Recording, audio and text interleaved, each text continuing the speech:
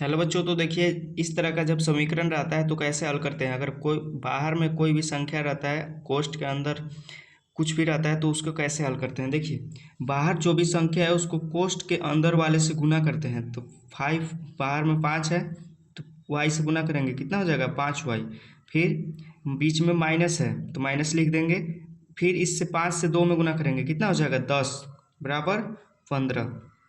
देखिए मान लीजिए कोई भी ए बी सी डी की संख्या रहता है उसको एक तरफ करते हैं और बिना, और फिर संख्या को एक तरफ करते हैं। देखिए यहाँ है 5y, तो y वालों को पहले एक तरफ करेंगे और बिना y वालों को एक तरफ करेंगे तो यहाँ हो जाएगा 15।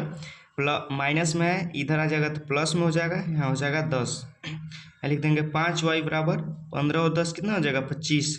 y बराबर 25/5 हो जाएगा, यानी कि इसको काट भी सकते हैं, 5 हो जाएगा, 5 से 25 पर y बराबर 5 हो जाएगा। 5 से 25 में 5 बार में लगेगा, y बराबर 5 हो जाएगा।